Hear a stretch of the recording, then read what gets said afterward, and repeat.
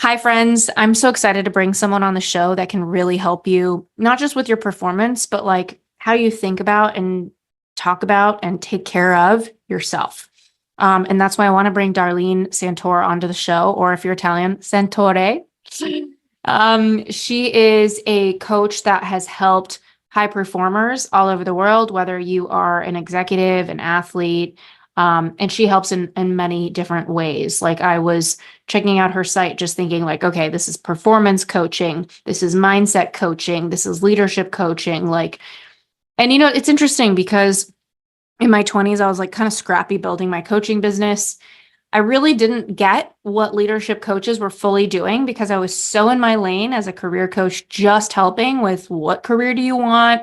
How do you get it? I was not thinking about how hard it is to be a leader. It's so hard. And so I have so many questions about leadership for Darlene today. So thank you so much for making the time to be here with me. Oh, Ashley, thanks for having me on. I loved you from the moment I met you, so I'm so glad that we have this time together. Same. And those of you who don't know, we met at an event in Arizona. Really beautiful people at that event. Mhm. And there was something about you that I just told my team, like, we really need Darlene. And so I don't know, there's something, I feel like you've got a magic sauce. I want to know what it is. Talk to me a little bit about who you help and like where are they at? Like, how do you help these people?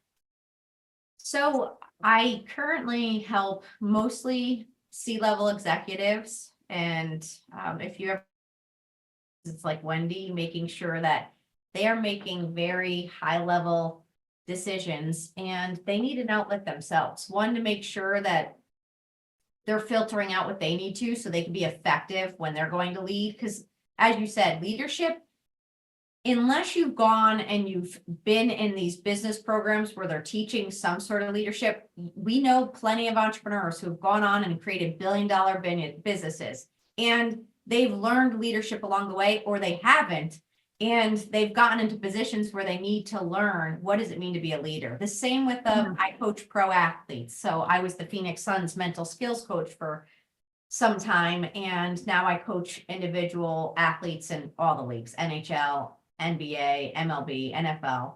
And just think about it. You come into the league at 18 and now you become the star in the league, but no one's taught you how to be a leader. You might be leading at points, but you don't know how to lead people. You're not sure what does it mean to understand their gifts and their flow, and how do you pull that out of them? How do you manage emotional neutrality? How do you filter your emotions so that you could get through that faster, show up better? So working with people to build their human and mental capital is my sweet spot, and peak performers. And the more they can build that, the greater everyone around them grows. Mm.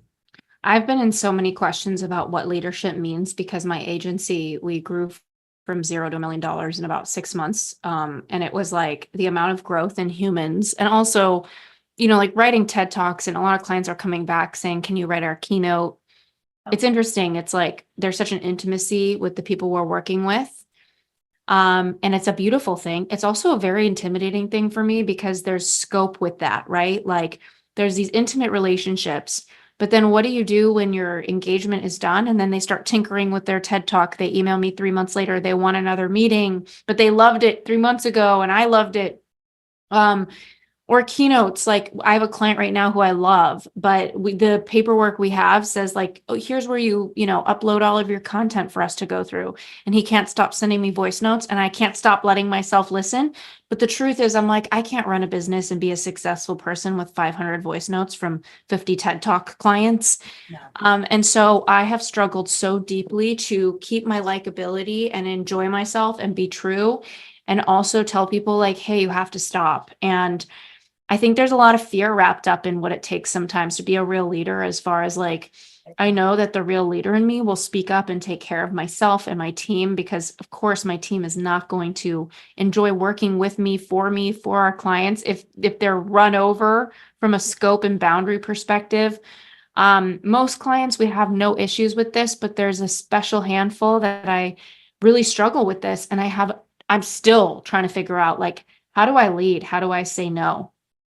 I Um, think yeah. that's so valid in what you're saying about that, because you just said the key word likability. And we often think when we're going to put boundaries and we're going to hold the line on certain things for healthy, not just because we're putting borders there because we want to, it's just a healthy boundary that they're not going to like us. But what you come to find out is, just even that client, it would be, obviously, I know that part of your thing is you're better expressing than you are. And is there anyone on your team that can help upload this stuff for you? Because maybe that's not your wheelhouse. And I see that a lot, especially with speakers and even myself. That's why I have my assistant, because there's certain things that I'm like, if it was left to me, that probably wouldn't get done, but they're going to have to find someone. Because you could say, how we operate is these things have to go here. You and I could have our talks on these dates. I'd be more than happy for you to share your thoughts, but I'm never going to be able to listen through all these. And I have actually said to people, when you leave voice text, thankfully now on the Apple phone, you could read it, but it takes too long to listen. So that's why reading is faster. So it could be, I could scan this, but I don't have the time to listen to it all. Yeah. And if you really wanted this client and it was going to take extra effort, then there's going to be a higher fee. Yeah. Yeah, that's something that I realized. I'm like, this client feels like two clients. Like I would have wanted to charge him twice, not because of the money, but because I'm paying my whole team extra because I've acknowledged from a standpoint with him where I'm like, this client is demanding more attention than any other client. They're crossing the boundaries of the paperwork more than anyone. And to be honest, I want to serve him. Like I'm happy to do it, but it's burning my team down unless I pay them more because they're just doing more work. So I personally just took it on myself to say, like, I need to learn how to see this coming. I didn't know how to see this coming. So I'm just going to pay my team way more, take way less for the company, and just take care of my team. But I don't know. It feels like a battle of how to even say to somebody, hey, this isn't something that we can do for you anymore without feeling punitive. And I feel like we all have like childhood trauma of like parents telling us what to do. And I don't want to feel like people are paying me all this cash and then I'm telling them, like giving them parent energy, like who pays for that? Yeah. So I don't know, like as far as setting boundary goes, like, is this something that you hear a lot about in your leadership coaching, or what's the most present issues that you're hearing from these C-suite executives? I think part of leadership for them is managing everyone's behaviors, is that you're trying to steer the ship, but that everyone in that boat is coming in at a different emotional state each day. And so you're trying to get everyone to row in the same direction, but someone might be in a different emotional state. And you're trying to work on, okay, I know based on personality, this person like parenting, but this person, they need this in order to operate and flow. So I have to give them this. You don't lead everyone the same. It's not one size fits all. So part of being a leader, it takes more because you have to understand the people on your team, what gets the best out of them. The same with a coach on a team. It can't be, this is how I coach everyone. Everyone is coached uniquely different. Clients, leadership, business. So I think the biggest challenge for leaders is dealing, especially right now, with everyone's kind of emotions and when they come in. And that's why setting standard and expectations up front. This is how we operate. This is our culture. This is the level of excellence. This is how we operate things. Letting clients and the team know this is what's expected, so that when people start to veer off a little bit, it could say, this isn't personal. This is the standard. This is how we operate. And I was able to go to give a talk and work with Apple at their headquarters in California. And what I loved when I went in is they shared, when you work here, everyone knows, they tell you this is where you'll do the best work of your life. That's their standard. This is where you're going to do the best work of your life. One, that's inspiring. Two, it's like, great. So they could come back any week and say, hey, you know what, Sarah, do you feel like this week you're doing the best work of your life? And honest reflection. And she may say, yeah, I hit this, and this, or no, it's not. And they could say, great, do you need anything from us to help that? Now you can have honest conversations, but the standard and expectation has already been set. When you set that, it allows leadership to be able, it allows you more flow as a leader because you've set the expectations. We know in sports, when you're on the New York Yankees, everyone will say, I know what the Yankee way is.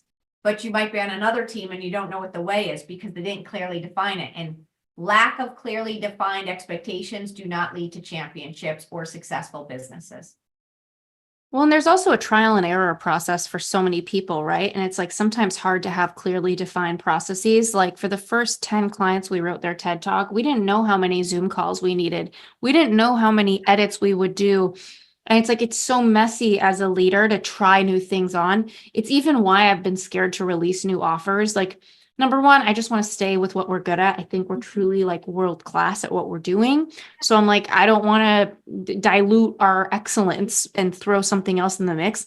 But another piece of it is I don't want to be like Bambi with my legs falling down on something when I've just got my druthers in my leadership with getting this right and offering it right. So for people who are maybe like trying something out new and they want to sell a new offer to their customers, whether they're in corporate or they're a business owner, and there's like a trial and error in that. How do you like there is no Yankee way, right? Like my company Wise Whisper, we have a Wise Whisper way for TED Talks, but we don't really have a Wise Whisper way yet for keynotes. We only have 5 clients who have asked us to do their keynotes from their TED Talks out of the 50 because we just rolled it out. And it's like, so I've kind of told them, hey, we don't really know what the scope is on this, but we have a limit of this many calls to figure it out. But I don't know. Do you have any suggestions on how to approach people for that kind of a thing? First, I want to free everyone listening to say, this is what the entrepreneurial spirit is, that anything that's been created, any successful company or thing has been because someone took a chance. And it's always messy, even along the way. You just get more clarity because you have had enough reps. So I want to say this, go ugly early. The point is, when you go ugly early and you just get started, it's messy, but you can't make something better unless you try and you start. So start. And then as you're going, it's giving you data and information. The process is letting you know, this is what worked, this is what doesn't.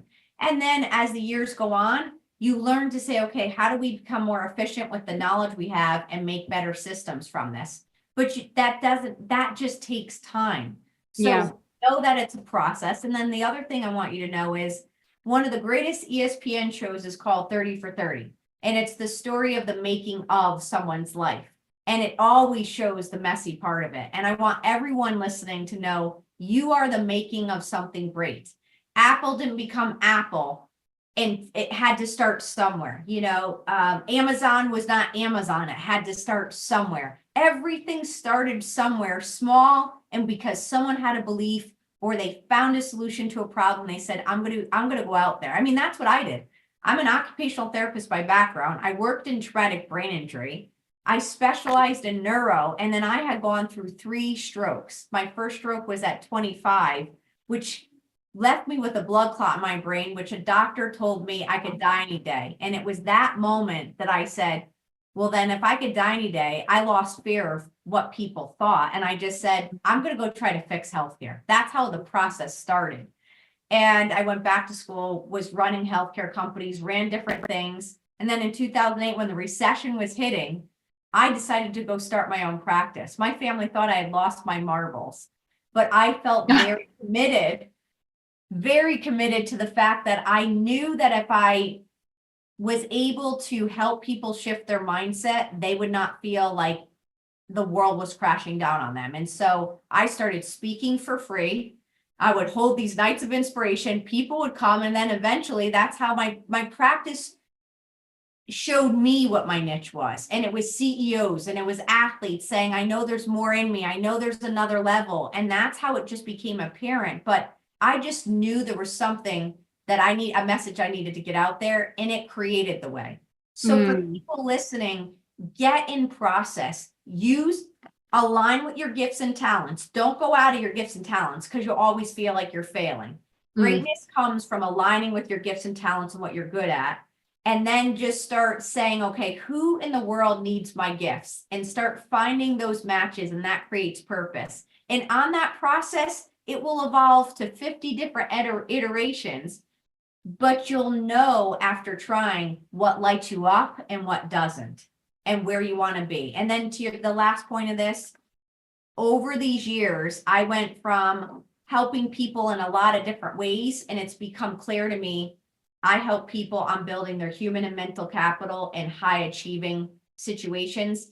I'm not this person anymore that's coming and saying, well, let's just figure out tomorrow what your life purpose is. I'm generally working with the people, they know where they are, they just want to make it better. But again, when I first started, I was helping people in a lot of ways. And then I got clear on my niche. I got clear on what lights me up. I got clear on where my gifts really help that. So for people listening, use this formula because it'll allow you to flow better, but you have to get started in order to know. Okay. One thing you talk about quite a bit is environment and the power of your environment, how it can really impact your results. I love that topic so much because I think that's something that's kind of in our control. Sometimes maybe not, but largely it is. And I imagine for a lot of top performers you work with, like their environment is on their mind all the time because they're working with you and you care for that. So how can people start to assess maybe they don't even realize their environment's impacting them? I think another thing is geography. People don't realize where they live and how that impacts them. Yeah.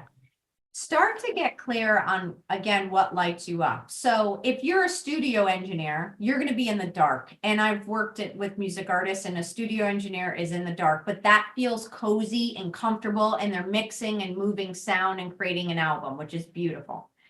Now, that environment does not work for me. I like bright and light. Like my office has multiple windows. I have to be in a bright space. If I'm going to go give a keynote, I actually go into a hotel and I tell them right when I check in, I want the brightest, sunniest room where the most light's going to come in. Because if it's dingy and dark, I take on that environment as I'm about to walk out, and I can't give what I don't have. So if you're in a work environment and you're in a cubicle or you're in an office, you could still make your space so that it inspires you. What are the words in front of you? What's on your desk? What's around you? You can control that. And the more you get in tune with what environments help you light you up, the more you will start to thrive. So we were talking earlier when we were in the room together and we were with what I call a bunch of outliers. We all think differently. We operate on a different speed. That was an environment, even with people, that helped me thrive. It just automatically, I was happy, showing up better. So it's not just the space, it's the place, it's the people, and it's your thoughts. Your environment is also your brain, the things that you're thinking. If you don't fill it with the right thing, this becomes a very toxic environment that you're in every day. So your environment matters greatly. I tell players in basketball and football and hockey, we're traveling all the time on the road. So when you come home, I tell them their home has to be set up to feel like home so they could get a reset. It can't feel like another hotel room because the brain has to feel a sense of like, oh, I'm home and I could rest. Like the power of environment matters greatly.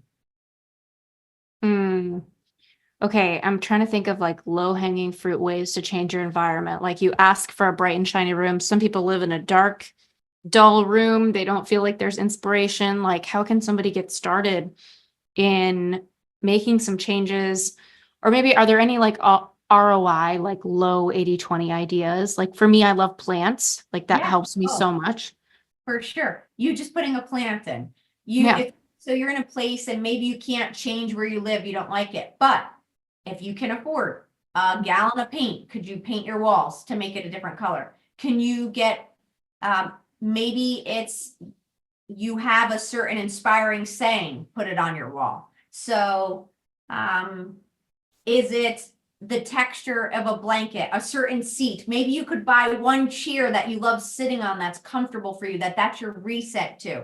So you just have to have things around you. It doesn't matter how big it is, just the space that allows you to feel inspired in whichever that way is. For some people, they want it dark and cozy. For some, they want it light and bright. That's why when you go to people's homes, you know right away when you go into their home, if they've decorated themselves, but they've curated it to what makes them feel. Every space I've lived in, and I've lived in small and big, people always say, I just feel like when I come in here, I'm calm because I've set the space up to feel that way.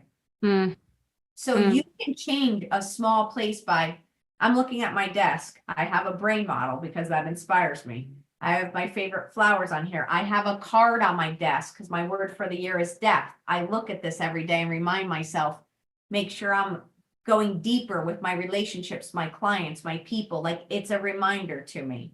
Mm, I have all the little things that they're simple, but they're reminders of what inspires me, what moves me, what gets me going. Because again, you can't give what you don't have. So make your space. mm, Even your car. I want mm, you to clean up your car. I don't want your spaces to be cluttered. If you want low hanging fruit, clean up your space. Do yeah. not have it cluttered. Clutter is mental clutter. So clean up your car, clean up your desk, clean up your space. Just even that alone is going to allow you to feel like you have more flow and it's not hovering over you. Mm, mm, mm, Make your bed in the morning. mm. What are some of the biggest challenges that you see executives facing that maybe people don't really realize, or maybe they're not quite in that executive seat as a leader and they're really struggling and they turn to you? Like, what would you say is the thing that is you just can't stop hearing? I imagine it's probably like hiring the right talent or something like that. But what are you really hearing? Right now, the constant thing is how to keep getting everyone to come in to be their best. That Mm, a lot of leaders that are seeing average, and average isn't going to be good enough, but yeah, people are coming in with average effort.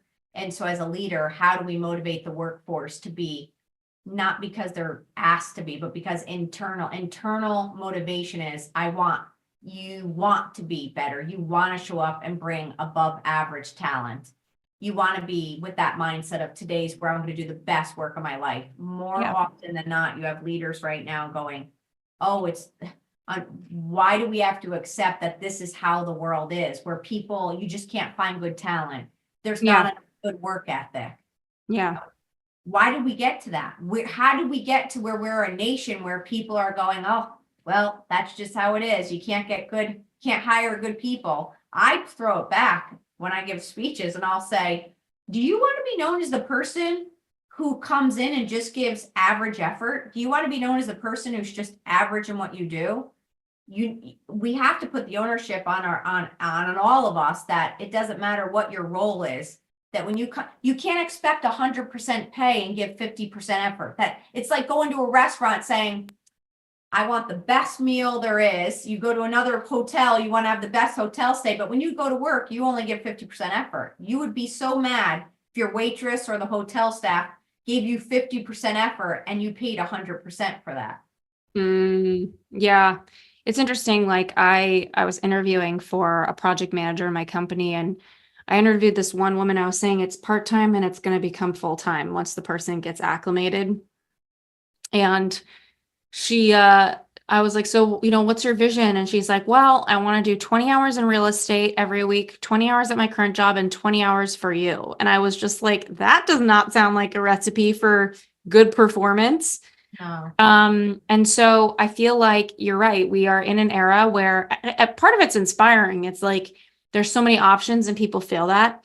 Part of it is really uninspiring, where I feel like I'm looking at it thinking, does anybody want to be excellent at something? And it's Yeah. okay if you don't, we all have the right to do what we want to do, but I can relate. Like, what are some superpower ways to make sure that if you are hiring your manager, you are an entrepreneur, whatever you are, that you are starting to like really, I don't know, like suss out who the right people are for you?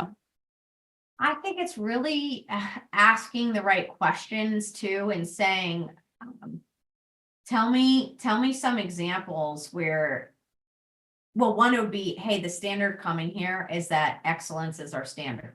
And they'll go, Yeah. okay. And then it'll say, tell me some times or where it's presented itself, where you've gone and this has been consistently shown in excellence, your standard, and not just in work, but in life. Tell me a time in life where this wasn't where you're getting paid, but you just chose to do the right thing. Mm, Ask them, how did they handle hardship? How did they get back up? Make sure they're not in a victim mode all the time. And mm, so you're asking questions that are looking at the character of the person, because my Becky, she is a newer person on my team. I knew right away from the moment I interviewed her, because she said, I just want to let you know that on these dates, I have to take my child to something. And I said, that's no problem. She's like, I just need you to know, like a heads up. And she was very cautious. Like, I want to make sure that I'm fully present. I'm here. Her words told me her work ethic matters. How she shows up matters. And I could already see it and how she does things. She'll follow up. What she says, she'll follow up on. So Right. you hear it in their stories, and sometimes take them out of business questions and ask them life questions, because how someone shows up in their life and their character is how they're going to show up at the workplace. Mm. Yeah, follow through comes up for me. Like a lot of friends have been giving me feedback. They're like, man, you have such follow through. Like little things, like if they pay for dinner and I Venmo right away. You know, it's like little tiny things where Yes, I don't like leaving people out, like wondering about something that they need from me. I like to just get things done. But I um love that. I yeah, love that it's a lot. so a couple like red flags come to mind of what you, so for example, we are hiring, you've spoken a lot about Apple, which is kind of funny because our creative director who helps me guide the TEDx talks and the Yeah. keynotes, she actually was right hand for Steve Jobs and all of his decks. And she also wrote speeches for his executive team. And she's over at Wise Whisper now, and talk about excellence. Like I'm so inspired by her. And we're trying to hire creative directors that work under her. I mean, there's no under or over, but you know what I mean? Like she's running Yeah, creative, their team. and we're building the team because more and more business is coming in and we're already behind by 2 months when clients come in. We can't start people for 2 months, even when they pay us. Yeah. And so I was just talking to her, and this one person for creative director felt like the best fit. Like she's done so much of this already. But she wrote in the contract where it says to put your cell phone number, she wrote, I don't use my cell phone for business. And it made me think like, okay, people have boundaries, and that's beautiful because when COVID happened, we all learned where our mental health was actually at. And a lot of people realize like I'm giving too much to work and it's not maintainable. It's not healthy. Right. There's another part of me as a CEO that was like, I can't reach her by phone. Like, what if there's a problem? Right. And the fact that she set that boundary before we even began felt worrying for me. So I don't know, like, are there any little signs that you look out for in the early stages of finding talent? Yeah. What do we think of my friend here who doesn't let us call her? Like, what's your opinion on these matters? I think that a key sign of success is adaptability. So I Mm, would say that if this person is in a rigid mindset, now a healthy boundary is beautiful, and I commend that. However, I think when someone is going to be very rigid in a world that needs to stay very agile, that was where a problem will come. And so if this is about a rigid, fixed mindset, a fixed mindset never grows. A growth mm, mindset and agile mindset is very healthy.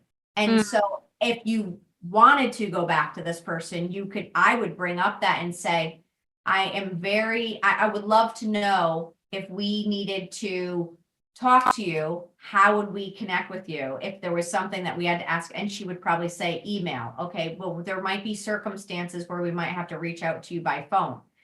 And you would have to hear that. If it's very rigid to you and it doesn't feel like this person is going to be agile or adaptable along this journey, which you're in a journey that keeps adapting, then that's someone that has talent, but it's not a cultural fit. right, And that's okay. That right. is her choosing that, but you're choosing, you need someone who is going to be, you don't want to take over their world, but you want to know that you have some people that could be emotionally and professionally agile. Mm, And that's a very important quality, because when people are very rigid, it's going to be, I'm bringing you the talent, but you're going to have to accept me the way I am. Well, not if it's going to be a hindrance to the company or to other people. And if their behavior is that brashness, that's hard mm, to get along with. And so that's why I'm mm, always helping people when I help teams about emotional intelligence. Yes, it's healthy to say, what would be healthy for this person to say is, hey, I have to tell you, the reason that I don't put my cell phone anymore is because it often could get out of hand. If there's an emergency, I'm more than happy to help with it. But it would be more of a dialogue. If someone came to you and had dialogue about it, and you felt comfortable with it in your spirit, then you might be able to hire that person. But if you don't and it feels very rigid, then it's just not a cultural fit. Mm. Interestingly enough, it feels like rigidity, there is a space for it, right? Like if I counter what you're saying for everybody, like one godsend for me has been being really rigid with my schedule, Yes. where I'm like, if I don't care if it's like Jesus himself that wants to be on U-Turn podcast, if it's at 7 a.m., we're not doing the episode. Exactly. Yes. Yes. Uh-huh. So like it's funny because like I find myself to be pretty adaptable, but also like there's a place for rigidity. So how do people kind of decide like where in your life or your business do you find yourself to be rigid in a way that it's really useful for you? So let's change the word to structure is great. So you could still be an adaptable person that puts structure into their place. So a player is very structured in their schedule, but adaptable in the game. A leader is structured in how they put their schedule, but they're adaptable in how they shift to the needs of the business. Mm, So we reframe it to say structure is extremely healthy. And I'll also support in neuroscience, we have genius zones times. So you and I probably are on similar pages. No one's getting me at 7 a.m. One, I'm not going to be my best. Two, that's my morning time, and I can't give what I don't have. So if you don't let me have my morning time, I'm not going to be the best for you. yeah. But my point is, though, my best times, I know my best times. So if we want the best, we're going to schedule within those times. Now, Mm, am I adaptable if I have to get on a flight, if I have to open up a speech at a certain time? Of course. But generally, there is structure, because if you don't put that structure, then of course, everyone's going to take over your calendar. yeah. So Yeah. structure is good. And again, here's where conversation is always so good to that person. Hey, I noticed you put down that you don't give your phone number out. Let's talk about that. Why is that? Mm, Does this, I need to know, does this mean in general that you stay more rigid, or is this a structure? mm, I would seek to understand before I would make a decision. mm, mm. So, so good. What have I not asked you about leadership that you feel like would be important for everybody to know before we go? Because I feel like it's such a special topic and I could ask you about it forever. I would just say,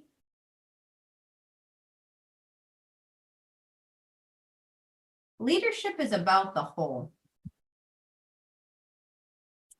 And that we need to be able to cast very clearly.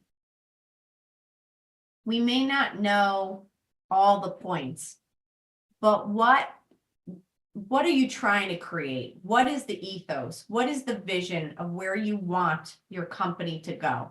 Mm, Consistently inspire people to the vision, because where there is no vision, the people will perish.